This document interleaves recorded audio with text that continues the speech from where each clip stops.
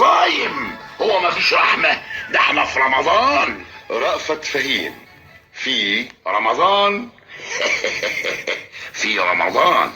كل سنة وانت طيب يا رمضان. وانتي طيبة يا سعاد، والناس كلهم طيبين وبخير.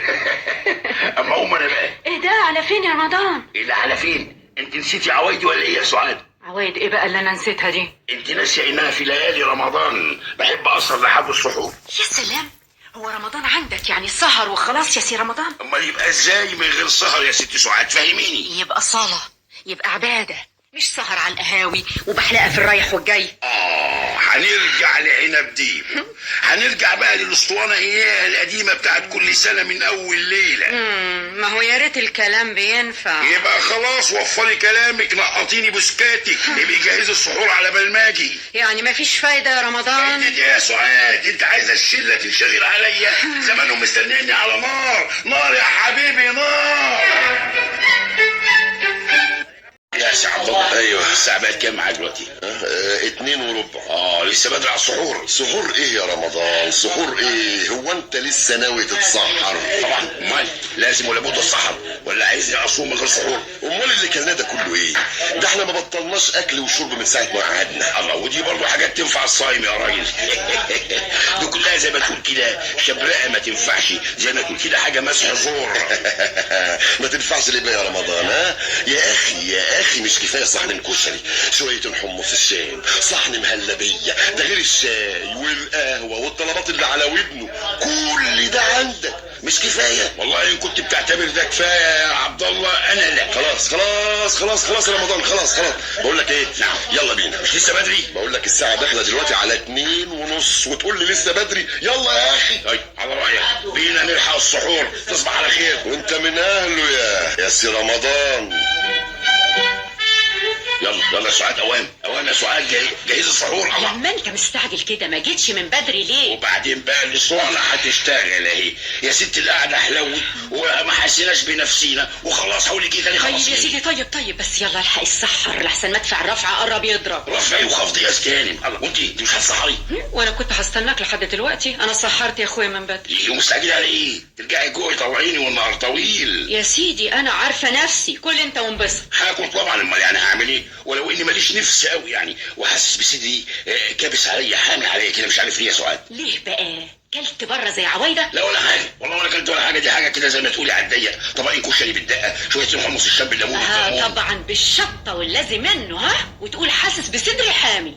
يا راجل ارحم نفسك. ارحم نفسي؟ ما انا عامل حسابي. حسابك؟ ايوه. ولسه كمان عايز تسحر؟ ما انا هقول لك حليت بطبق مهلبيه، ولما لقيت المساله لسه عايزه قلت حلاوة. اديها يا واد، ما بدهاش يا رمضان، رحت عافل في طبق مهلبيه تاني. يا حلاوه. طب اقول ايه؟ فين الطرش امال؟ طرش كمان؟ امال في السحور؟ ما انت لسه بتقول ان صدرك حامي عليك. حامي بارد؟ هبقى عايز اكل ازاي؟ فاهميني. اغصب على نفسك. لا ده انت هتشتغلي لي في الازرق من اولها كده، من اول سحور. يا ما اناش رمضان. واكل، انا قايم انام قايمه تخيني. يلا يا رمضان اخلص بقى لحسن تتاخر على الشغل، الساعه بقت 9. 9 ولا 10؟ ولما انت عارفه كده يا سؤال، ما صحتنيش من بدري ليه؟ انا من الساعه 8 بحاول اصحيك من غير فايده. فايده؟ يعني ايه بقى؟ عايز تقول عليا ان انا اخوم نوم ولا اخوم نوم؟ لا يا حبيبي، عايزه اقول لك مش لازم تسهر للسحور عشان تصحى فايق وتقوم براحتك، بدل ما تفضل نايم ل9 ولا 10. هنبتدي بقى، هنشغل اسطوانه. كفايه كفايه. اديني سكت. واديني لبست. طب مع السلامه. لكن الله، بقول لك ايه؟ النضاره فين؟ فين النضاره؟ النضاره فين يا سعاد؟ انا عارفه انت شلتها فين. ازاي ما تعرفيش؟ امال انت صنعتك ايه في البيت؟ مش انت اللي كنت بتقرا الجورنال بعد ما اتسحرت؟ ايوه صحيح، عندك حق. انا مش عارف ايدي غطشتها فين. دوري معايا يا سعاد، دوري معايا، انا هتاخر على المكتب. والله لو عملوا المواعيد الساعه 12 برضه هتتاخر. ما هي عادتك ولا انت هتشتريها؟ اعملي معروف ابو سئيلك، ما تضيعينيش، ما تضايقيش اخي اكتر من كده بكلامك اللي مش نافع ده. انت ناسي ان انا صايم؟ انت كنت لحقت تصوم لسه يا راجل. خف عني يا سعاد. يا رب. انت عارفه انا في الصيام ما بطيقش حد يكلمني. اعملي معروف، بلاش الكلام ده بتاعك. اهو ابوس ايدك يا سعاد كده لحسن يبقى موسم يعلم بيه ربنا. انا هعمل ايه بس؟ مش انت اللي بتبحتر حاجتك يمين وشمال؟ يا سعاد هاتي الشراب يا سعاد، فين الكرافته يا سعاد، فين المية يا سعاد الجزمه فين؟ انا خبطت يا رب دور عليها، هدور عليها، انا زهقت بقى. بقى ما اقول لك انا اخلاقي ضيقه وروحي بقت في مناخير على ايه وبتناقص. على ايه بس؟ وما حدش صايم غيرك؟ وبعدين بقى اللهم يا طولك يا ربي. روح، طولي وابقي سلامه. اعملي معروف يا سعاد، سيبيني في حالي دلوقتي. حاضر يا رمضان، هسيب لك الاوضه خالص. شوف يا اخويا، هتسيبني وتمشي؟ مش تدوري معايا يا استهانم؟ اروح الشغل ازاي من غير نظاره؟ امشي في السكه ازاي؟ اعمل لك ايه بس يا اخي؟ لازم عفريت خطفها. عفريت؟ آه. بتتريقي حضرتك؟ بتتريقي عليا؟ عفريت ايه؟ الله. بس لقيتها اهي النضاره. ايه ده؟ اه دي تعرف بقى يا سيدي، اتكل على الله وتروح الله شغلك. يكرمك، شكرا يا سعاد. دلوقتي اقدر امشي واقدر اتعكس. بقول ايه؟ ولا مؤاخذه انا ما قلتليش يعني، ناويه تطبخي لنا ايه بقى النهارده ان شاء الله بايدك الحلوه دي؟ قول يا سيدي، نفسك في ايه؟ انا اللي بسالك مش انت اللي تساليني. يا ساتر يا رب، وبعدين بقى معاكي. مش جايز يا رمضان اعمل حاجه وبعدين ما تعجبكش؟ ليكي حق. طب شوف يا ستي، خلي البواب يشتري لنا جوز فراخ من اللي بالك منهم، واعملي عليهم ملوخيه خضراء حلو كده، عشان النهارده الافرافه كل سنه طيب، يعني اول رمضان. ايوه ما انا عارفه، عشان تبقى سنه خضراء علينا وعلى كل الناس ان شاء حاضر يا الله. حبيبي. ما تنسيش النبي يا سعاد، الرز بالشعريه والشعريه بالرز والبطيخ والتبليل وحل الباميه وحل الدقيق. ماشي ماشي ماشي، وماله. وايه رايك بقى لو تعمل لي كمان صينيه بطاطس، حاجه عاديه كده بس مش كمان. كبيره والنبي يا سعاد، يا عيني. خلي حاجه متوسطه كده، ما ايه تكونش ده كبيره ايه قوي. ده ايه ده؟ على مهلك شويه. نعم. ايه ده كله يا حبيبي؟ احنا هنعمل عزومه؟ افطر عشان خاطرك، اعوذ بالله، يا دي حاجه رمضان طاقه. يا اخي خلاص معلش، انا اسفه، كل اللي انت عايزه هعمله يا حبيبي. مبسوط بقى؟ ويعني لو كنت قلت كده من الاول كان جرى ايه؟ يا رب. لازم تركبي لي العفاريت، لازم تنرفزيني على الصبح، لازم تربي لي الخفيف والصايم ومستعجل. خلاص الحق عليا بس ايدك. ايدك ايدك في ايه؟ ايدك على الفلوس يا راجل، اللي هعمل بيها كل اللي انت طلبته ونفسك فيه ده. هو انت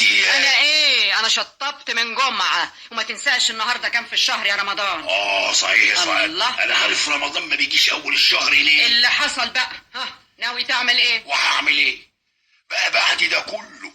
يقولوا عليا انا غلطان، سامحني يا رب. رمضان. في رمضان. سيبيني انام. كمان ده ايه؟ ياك ما انتش ناوي تروح الشغل النهارده كمان؟ لا النهارده ولا بكره ولا بعد، انا حر بقى، مش هروح لا مدير ولا غفير، نفسي مسدوده يا ستي، هاخد اجازه، سيبيني انام بقى. سلام، هي الاجازات كده على كيفك ملهاش اخر؟ ايوه ملهاش اخر، عندي مرض وعندي عرضه وعندي اعتيادي، هكمل لي حكايه، خليني انا بقول لك. وايه فايده الاجازه بقى وانت بتقضي اليوم كله نايم يا راجل؟ لا بتشتغل لك شغل ولا بتقضي مصلحه. مش معقول. بصراحه يا سعاد انا معتكف. معتكف؟ اشمعنى السنه دي عايز تعتكف؟ مزاجي كده، الاعتكاف ما جاليش الا السنه دي. سعاد نعم. ابعدي عني، انا معتكف عشان ما اضايقش حد. ويا ترى ان شاء الله عارفين في الشغل انك هتاخد اجازه؟ هم مالهم ومال يا ست عشان يعرفوا خدت ولا ما خدتش طبعا. يا سلام، ولما يرفدوك ترجع تقول يا ريت اللي جرى مكان، مش كده؟ لا كان ولا دكان، سيبيه بقى تعبان، عاوز انام شويه، مش احسن من القرف اللي الواحد شايفه؟ يعني ما تجيش الا الايام دي وعايز تقعد؟ انت ناسي يا راجل اننا في رمضان؟ لا مش ناسي، انما مش هروح الشغل وهستقيل كمان ولو كترت يا كمان دي حلاوة قوي. انت ما حدش اشمل هدلات يا راجل انا قلبي عليك، ترجع تندم. يلا يا حبيبي، يلا قوم واتكل على الله. اصل انا محرج يا سعاد مع زمايلي، بيقولوا عليا ايه؟ زمايلك كويسين هيقدروا موقفك. قوم بقى يا راجل يا كسلان انت، هي تلكيكه. خلاص هقوم. يلا اقول لك العب اقول لك حاجه، استني اصل بالك، خليها لوسه. يا جدع ايوه اكون هديت شويه. استغفر الله العظيم، انت هتغلبني معاك ليه؟ رمضان انت حر. انت يا فوزي. ايوه يا استاذ رمضان. فوزي. ايوه. تعال اقول لك. ايوه يا استاذ رمضان. روح للاستاذ عزيز وناولني كشف المرتبات بتاعنا. من عينيا حاضر يا استاذ رمضان. من فضلك يا عزيز افندي كشف مرتبات اداره حسابات المعاشات عشان الاستاذ رمضان يمضي. الأستاذ رمضان يجي يمضي هنا قصادي. لا مؤاخذه يا استاذ رمضان، الصراف عايزك تمضي قصاده. هو قال لك كده؟ ايه اللي السودي؟ ازاي الكلام ده؟ قول لي يا استاذ عزيز. يا فندم ازاي مش عاوز تبعت الكشف عشان امضيه؟ عشان التعليمات كده لازم تمضي قصادي. انت مش كل شهر بتعمل كده؟ ايوه بس احنا في رمضان يا اخي، فيها حاجه دي الواحد تعبان. اظن دقيقة واحدة مش هتتعب فيها. وبعدين مش انت بس اللي صايم، كل زمايلك الصايمين جم عندي مضوا وقبضوا. اما امرك غريب قوي يا عزيز افندي، انت مالك يا اخي؟ انت هتحاسبني؟ ثم انت مالك ومال زمايلي؟ الله، عشان تقشرهم في موضوع. احشرهم في ايه بس يا اخي؟ وانا بقول لك الاصول. اصول ايه دي؟ اصول ايه يا فندم اللي تقول عليها دي؟ انا مستني لما واحد زيك يعلمني الاصول. تعرف بقى احسن حاجة ما ردش عليه. ليه بقى مجنون مخبول خارج من يا الصلاة؟ يا استاذ رمضان، يا استاذ رمضان، ما تزعلش نفسك، اديله كشف يمضي يا عزيز افندي. حسبة الله لما فوزي دخل يتوسط كمان تبقى مصيبة سودة انا كمان. اسف، انا اسف يا استاذ رمضان، الحق عليا. عليك ايه؟ الله القوالب نامت والرصاص قامت دي زي ما بيقولوا، ده حاجة سكة والله العظيم، ده هتجننونا يا عالم. طب تسمح بقى تخلصنا وتمضي؟ هات يا سي عزيز هات. ايه ده؟ دي بقت دي مش معقول. مش معقول ازاي؟ مش معقول يا عالم، معقول يتخصم مني ده كله؟ لازم في غلط. جايز تقدر تروح المهيات وتسأل. طبعا هروح وانا هسكت يا خبر اسود. ايوه لازم اروح ولا بد اروح ودلوقتي وحالا. انا هتخصم مني ثلث المية، امال هعمل ايه بقية الشهر يا عالم؟ كل ده عشان اعتكفت في بيتي كام يوم؟ يبقى ده جزاتي عشان مش عايز اعمل مشاكل مع الناس يا عالم. ايه اتحينت والحمد لله. ايه مالك يا رمضان؟ مالك رمضان ما بتردش ليه؟ وعايز انا ارد اقول ايه؟ عايزه مني انت كمان يا سعاد فهميني. عايزه فلوس الناس يا اخي، مش النهارده اول الشهر؟ ايوه اول الشهر، بس عندي انا اخر الشهر. تكونش المهية اتنشلت منك؟ يا ريتها اتنشلت، كنت عملت محضر اهله، أمال كان إيه؟ حد يلم لي الحون يا عالم، أمال كنت إيه؟ جبت نصها. ما تسمعني. نعم. بتقول ايه؟ ما ترد عليا يا راجل. ابطل هي ناقصه تلتها يا سعاد تلتها. يعني ايه؟ يعني ايه المهية ناقصة تلتها؟ هي الناس بتزيد ولا بتنقص يا رمضان؟ الناس بتزيد بس انا بنقص. حظي كده، انا مهيتي تنقص. اقول وايه ايه؟ وايه اللي نقصها لك؟ افهم. اقول خصموا يا ستي ال5 ايام اللي انا غبتهم، طيب وكمان خصموا فوق منهم 5 ايام تانيين. ده ايه غير دول الصرف. بقى التانيين؟ ها؟ بقشيش؟ تتريق عليا بقول لك خصموهم لا. في بقشيش، انما جزاءات. يعني زيادة الخير خيرين. ارجوكي بلاش تريقه، كفايه سيبيني في حالي. وبعدين فيك واذا سبتك في حالك اصحاب الديون هيسيبونا في حالنا يا رمضان. تقدر تقول لي هنقول لهم ايه يا راجل؟ انا عارف بقى اتصرف يا سعاد. يا سلام، اشمعنى دلوقتي عايزني انا اتصرف؟ قول لي طب اتصرف ازاي؟ ايه ولاش عرفني؟ ايش عرفك؟ دلوقتي بتقول ايش عرفك؟ مش ده الكلام اللي كنت دايما بقوله لك وانت عامل نفسك معتكف. طب شوفي مين يا اخي، شوفي مين بس معمول لك. لو واحد من اياهم قولي له ان انا ما جيتش، ولا اقول لك قولي له مسافر اليومين دول، مسافر. تاني عايزني اكذب حتى في رمضان يا راجل؟ يا شيخ اتق الله. اهلا يا عم عثمان. مساء النور يا اهلا ستار. وسهلا. انا اسف شفت البيه وهو طالع كان باين عليه التعب، ما رضيتش اكلمه على الاجره، قلت اسيبه لما يرتاح شويه وعشان كمان اطمن عليه بالمره. كتر الف خيرك يا عم عثمان. على العموم يا استاذ هانم خلي الوصل مع حضرتك، ولما يصحى البيه يندى عليا وابقى اطلع له عشان اخد الاجره. ما تخليه معاك انت يا عم عثمان احسن. يا ست هانم يا ست هانم عيب، دي الدار امان. انا اسمي. طيب شكرا، مع السلامه يا عم عثمان. الله يسلمك يا استاذ. شاكرين قوي. ايوه يا سعاد، ايه عملت ايه مع الراجل السكه ده؟ ولا حاجه. هعمل ايه؟ على كل حال برافو عليكي انك عرفتي تزحلقيه. انا ما زحلقتوش ولا حاجه، الراجل من نفسه طلع انسان وذوق. انسان وذوق؟ ايوه. معقول عثمان البواب يطلع انسان وذوق؟ هيجيب ذوق منين؟ لا بقى طلع ذوق. ايه؟ لان اللي مش عاجبك ده لما لاحظ انك تعبان وانت جاي ما رضيش يكلمك حتى على الاجره، واستنى لما ترتاح لك شويه. لما ارتاح وهرتاح ازاي؟ الله مش بقول لك غبي. يا سلام. على العموم كل واحد ونيته يا رمضان. المهم نزاحه مشي ولا لا؟ مشي بعد ما اداني الوصل بتاع الشهر. نعم. بتقولي اداكي وصل الشهر بتاع شقتنا؟ ايوه وصل الشقه بتاعتنا عشان تنادي عليه وتديله الاجره براحتك. اجره ايه اللي هديها له؟ اجره الشقه بتاعت الشهر. الله. شقه تاني؟ ما انا اديتها له. نعم. اديتها له امتى بقى ان شاء الله؟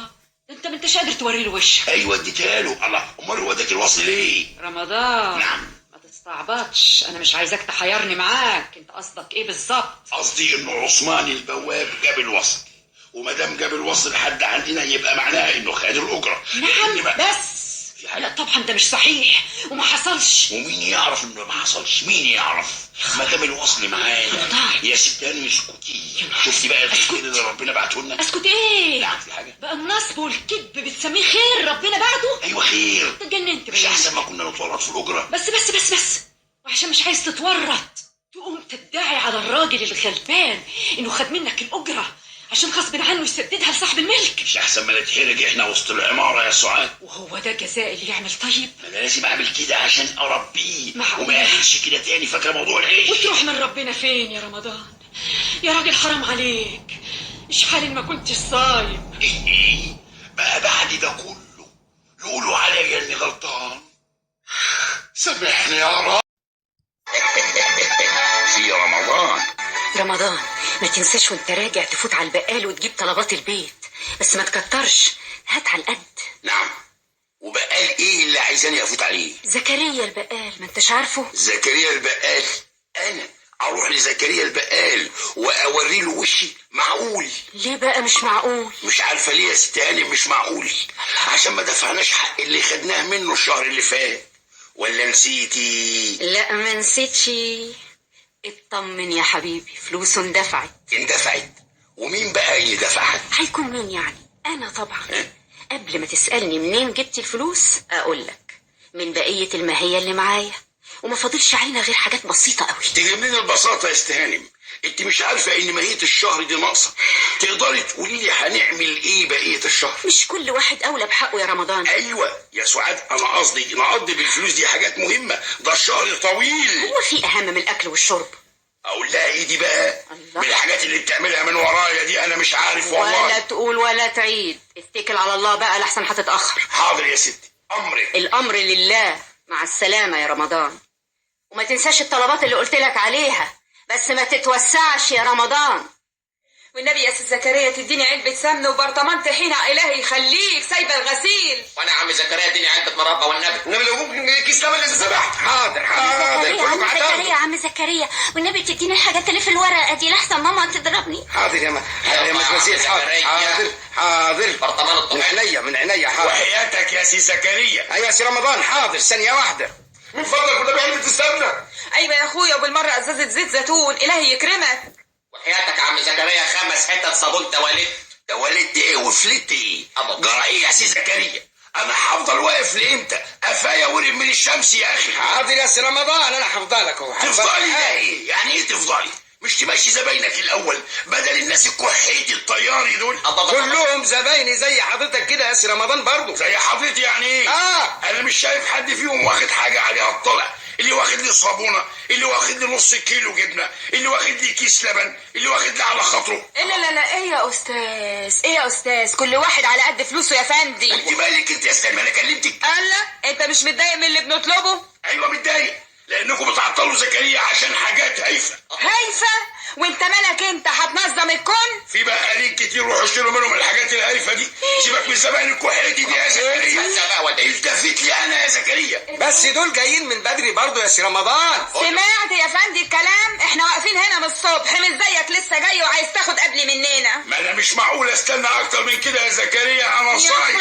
يلا يا زكريا. يا استاذ رمضان، مش معقول اسيب الزباين دول كلاتهم والتفت لك. ما هو كمان مش معقول ترهني عشانهم، وكمان مش معقول اسيبهم وادي لك يرجعوا يزعلوا. ما يزعلوا يا اخي. يا سلام على الناس، يا سلام، حقيقي الملف السعد. ربنا يعلي مراكزنا ويوطي نفوسنا يا رب، امين امين. وبعدين بقى في الوليه اللي لسانها فالت دي، ولا بعدين ولا قبلين يا استاذ رمضان، انا هفضلك اهو. اتفضلي يا ستي الحاجات اللي انت طلبتيها اهي. كتر الف خيرك، الهي كتر. مع السلامه مع السلامه. عنك الزباين.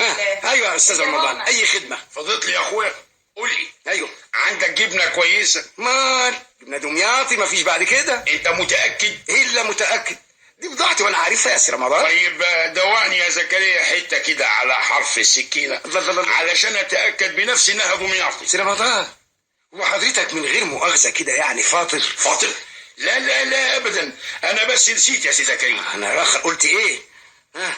عايز نص كيلو برضه زي كل مره؟ لا انا عايز المره دي 5 كيلو. 5 ايه؟ 5 كيلو مش كتير. انت مالك انت كتير ولا قليل؟ شيء ما يخصكش يا اخي، انت تحضر اللي طلبته منك وبس. حاضر انا اسف. 5 كيلو جبن. ايه تاني؟ احجز لي كمان كرتونه علبه سمن كبيره ماركه الوطواط. ماشي. وايه تاني؟ ايه تاني؟ اهم حاجه يا سي زكريا، عايز تحجز لي كمان شوال سكر. شوال سكر؟ ايوه. انت شوال بحاله عايزه يا استاذ رمضان؟ خليهم شوالين يا زكريا، ما حدش عارف. بس شوالين دول يبقوا كتير قوي يا سي رمضان. وفيها ايه يا سيدي لما اخد شوالين؟ اولا يا سي رمضان انا ما عنديش شوالين. ثانيا ممنوع ابيع بالشوال. ثالثا عشان خاطرك اقدر ادي لك 5 كيلو وبعد كام يوم خد 5 تانيين. ما يلا بقى يا عم زكريا. حاضر بس ما خلص على البه الاول. اي خدمه تانية؟ ايوه طبعا. عايز كمان نص شوار رز وشكارة مكرونه 10 كيلو سباكيتي وترس ومقصوصه ولسان العصفور. لا مؤاخذه بقى يا سي رمضان، حضرتك عندك فرح؟ انت مالك هتنق فرح ولا طول؟ انت بتسال ليه؟ اصل الحاجات دي هتكلفك كتير قوي. ازاي يعني ايه؟ مش فاهم.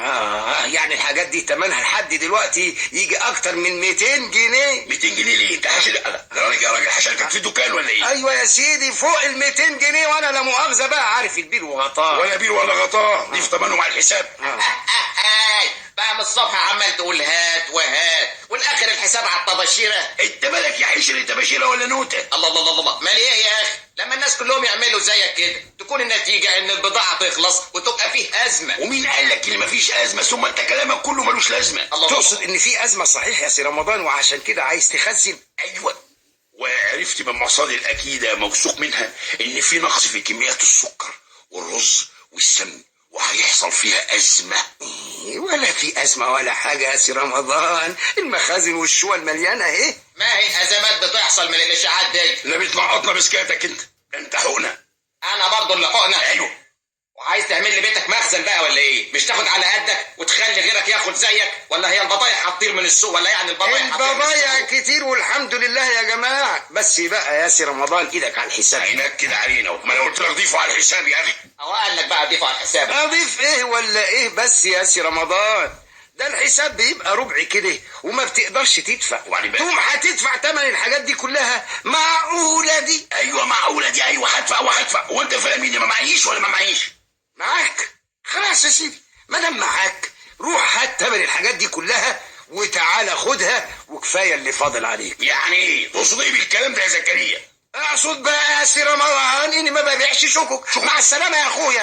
انت هتفوت علينا بكره. مع السلامه. يلا يا اخويا عطلتنا ووقفت حالنا على الفاضي. اهلا. يعني جاي ايد ورا وايد قدام. وايه اللي اقدر اعمله يا ست سعاد ما دام الدنيا ما بقاش فيها خير؟ دنيا ايه وغيره ايه يا رمضان؟